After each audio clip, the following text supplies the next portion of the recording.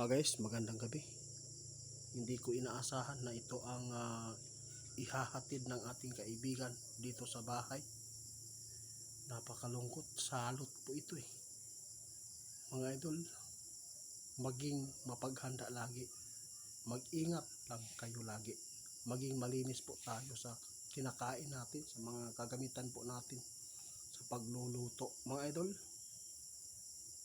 napakalungkot itong impormasyon na mapapakinggan ninyo. Pasintabi po sa lahat. Walang mawawala kung ang tao maging malinis at mapaghanda. Pakinggan po ninyo para malaman niyo kung ano po ang pumasok doon sa kanilang kaharian. Ibigan,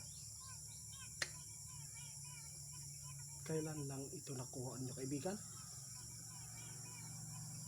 Nako, mga idol, ngayon lang po.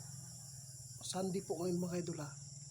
Ngayon lang po nila nakuha ang impormasyon, pumasok. Nagbabala ngayon si kaibigan, may papasok na virus dito sa ating mundo, no? Dito sa bansa natin din, may ingat. Alin po ba dito, kaibigan? Yung noong dati, ano po ba ang mas malala dito? Oo, tulad po sa 19, hindi ko na lang sasabihin mga idol ha. Yung 19 na lang diretso. Alin po dito? Guys, mas delikado ito, mas malala ito. Mga idol, mag-ingat tayo. Mayroon pong sakit na naman ang papasok dito sa Pilipinas. Hindi lang Pilipinas, buong mundo mga idol. Maging malinis lang tayo mga idol ha. Paghanda kayo. Mga bata natin, huwag natin hayaan lagi kumakain ng mga preservative na pagkain tulad po ng mga nakakasira po sa kalusugan natin.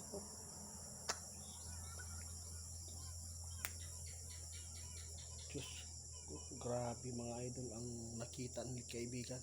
Itiit, maghanda din kayo. Dahil masama ang nakita namin na sakit ito. Grabe po. Mas malala ito, mas matapang ito na virus mga idol na papasok sa tao. Pero lagi daw tayong mapaghanda. Hindi tayo magpapalin lang kung ano man po ang panawagan ng mga nananawagan ngayon, no? Kasi alam na po ninyo, hindi na kailangan na maisahan pa tayo.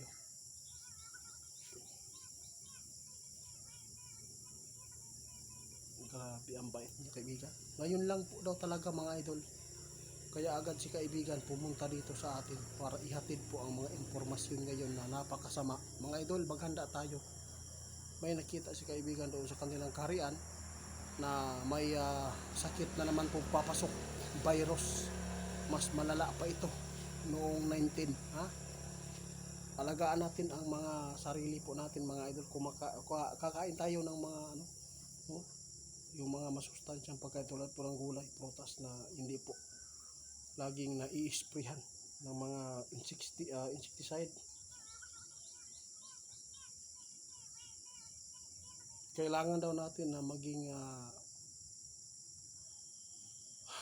malusog, no? Para hindi tayo agad matablan sa sakit.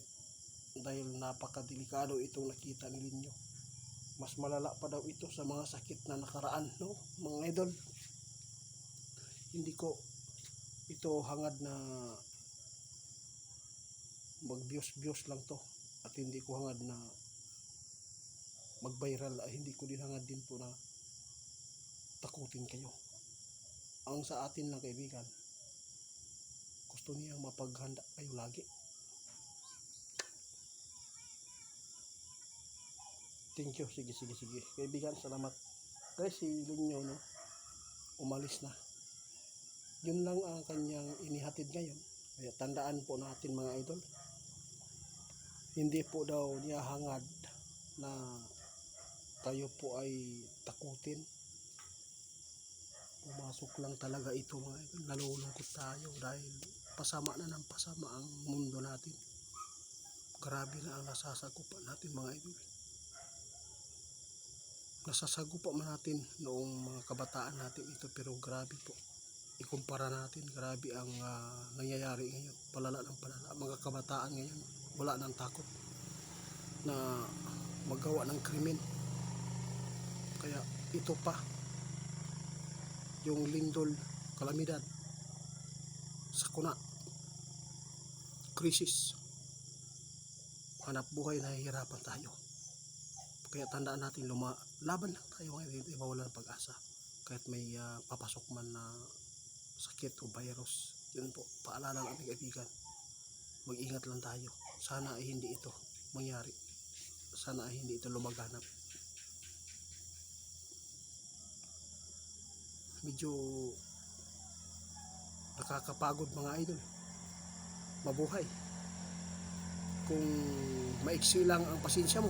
Kaya tandaan natin, marami na pong nagdigti dahil sa problema. Laban lang tayo mga idol. Gawin po natin kung ano man ang inutos po sa atin ng Diyos mga idol. Maraming salamat. Ingat tayo mga idol.